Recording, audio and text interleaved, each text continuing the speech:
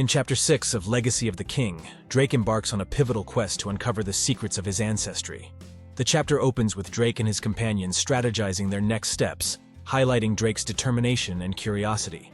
The revelation of his spirit animal, a dragon, sets the tone for a journey filled with mystery, intrigue, and the promise of uncovering long-hidden truths. As Drake navigates conversations with Mr. Pendragon and recruits Thatch to join him, the atmosphere is charged with suspense and the weight of destiny. Chapter 6: My Ancestry. After everything had calmed down and the topic of dragons had slowed, we resumed walking, discussing what needed to be done next. It was the group's consensus that I should contact the Navy for information to find my father's side of the family. I thought it easier and a little stealthier to go through my contacts in the High Council.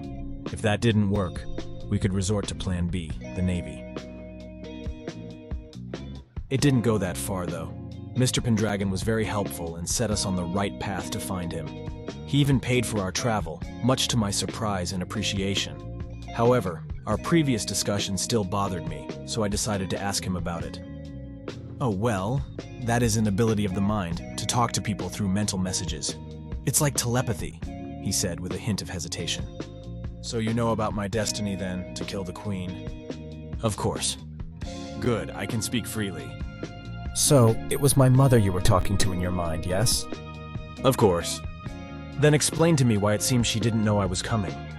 He stared blankly at me for a second, then made a wave of his hand and sat a little straighter in his chair. Uncomfortable, maybe. She is a bit of an odd duck, you know. Maybe she just forgot? Forgot that her son, whom she invited, was visiting her? I may not be an expert on social norms, but I sincerely doubted that. Before I could speak, he continued, "Anyways, let us focus on finding your father. After all, I know she has no dragon blood in her." Surprised, I asked with vigor, "Is that my spirit animal?" "Yes, Drake, it is." "Why reveal this now? You were acting like—" "Please, Drake, you must understand we have been sworn to secrecy." "You say that."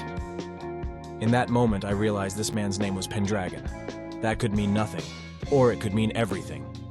"Pendragon, do you have dragon blood?" "Oh, yes, but I am greatly out of practice, you see. Even my secretary is better than me in that regard."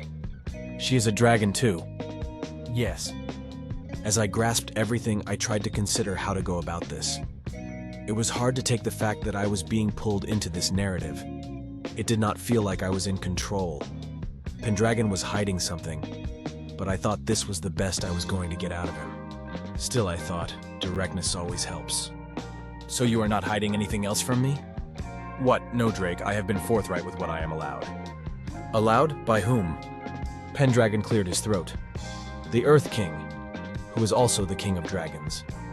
I have heard you have been taken in by the wolves. That is good. Just like the wolves have their own community, so do dragons.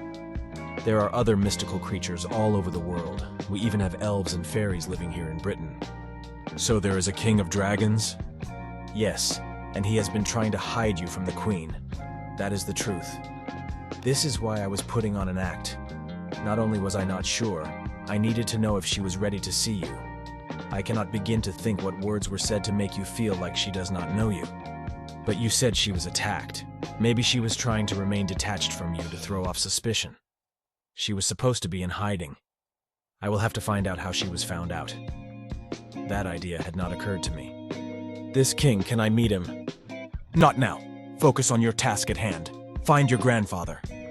As I left, quite unsatisfied, Thatch escorted me out as ideas bounced inside my head haphazardly. Why not protect me himself? Why let the wolves raise me? It made no sense, and yet as I looked at Margaret, I swooned. In a red dress jacket and white undershirt, the skirt hugged her hips admiringly. Her eyes shifted to me and I looked away. We continued moving forward until we reached the outside. A car door opened towards me.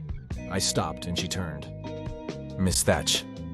Revolving completely, she stared at me, a dim gloom in the pits of her eyes. "This journey I am on, I would like for you to join me if you want, that is."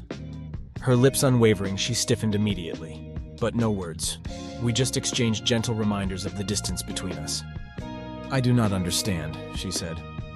"Well, you are a dragon. I am a wolf going to be a dragon. I have a dangerous mission ahead of me. It is to destroy the Queen, the Mother of Darkness. I want you to help me." She giggled nervously without conviction as the color left her face. "I'm sorry, even if you ask, I am old. I could—" "Then you have experience, something we young ones lack." She coughed forcibly, her eyes wavering a lot. I Pendragon," she sighed as her eyes closed. "I am sure he would be glad to know you are beside me. The king would appreciate it as well. Look, I know I am imposing too much responsibility on you, but I really think you could help me. That is what I think. No, it is what I believe." Her eyes drifted suddenly. As she opened her mouth in contemplation, I laid my open palm out to her. She took it, and the warmth of her skin shot into my very bones. "Okay, I will help you," she agreed well enough. The next step in our journey, to prepare for the coming of the Queen, was to be in the country of Australia. John Lambton joined us this time, leaving his job fully. He was happy to, eager and excited to discover more of this wondrous world that defied common sense. I took his sacrifice with admiration. Thinking about our quest to Australia, if my grandfather was still alive, this is where he would be found. This was my constant thought. I pondered if he would know as soon as he saw me. Would I have to convince him? Will he even know of the legacy? All these thoughts were running through my mind. There were so many things to piece together. The flight would be long, though, and I would be able to think about it and research many of the answers I needed as we traveled. Though the thought of fighting another dragon was somewhat alarming, I could visualize it, though, in the sky, flying high, breathing fire, claws ready. The flight was long, but the conversations and the search for answers kept the group from boredom. Though each of us was thinking more about the possibility of morphing into a dragon than what was to come, Thatch had a hard time fielding questions as she seemed disinterested. Azazel asked, "Do dragons come in different colors? You know, like the woman we fought with, she was red." "You guys have that yourselves. I mean, Apala has a white coat, no?" John inquired. "True," Apala replied, deep in thought. "I want to be yellow," Azazel exclaimed. "Quiet down, girl, you are too loud," Apala said flatly. "Did I ask for your opinion on my volume?" Azazel asked bluntly. Apala cut his eyes at her. "Children, calm down, and yes, different colors, sizes, and shapes are possible. It depends on the training and personality, I think," Thatch finally finished. John said softly, "With the different sizes and types, some have wings and some don't, right? If we are going to morph into dragons, mine better have wings. I think it would be so cool to fly around and not have to take a plane," Azazel said surely enough. "Yeah, well, we are not there yet," I said, being very pessimistic. Although an old book I brought refers to the beginning of the Middle Ages as the flight of the dragon. I wonder if this is a reference to the end of a way of life or to the way it started. I got piercing looks with that one. Thatch merely smiled. Life is never complete without passion. Dragons were always the alpha amongst the other creatures that existed. Humans and every other being revered them. The way of life should not be ended by a dragon, so we need to stop this woman before it is too late," Thatch orated. Yes, we could all agree with that. There were so many questions to be answered, and with such a long trip, I hoped to be able to answer a few of them. When the others fell into slumber, I stayed awake. It became much easier to concentrate on the problems to come without all the questions and talking. I then began to read and engulfed myself in the study of dragons and long-lost ways of life using John's laptop. Then suddenly, before I realized it, I heard the banging of the landing gear doors and the motorized noise of the wheels lowering for landing. The captain's little speech woke most of the group before that, but I was still reading and thinking about what was to come. Apala, though, could sleep through anything and needed a quick jab to the ribs to wake him up. As the world came into view, he stretched and mumbled, "We're here?" "Yep," I replied. "Today is the day we find some answers." The chapter concludes with Drake and his allies ready to embark on their journey to Australia, a land that holds the key to Drake's past and future.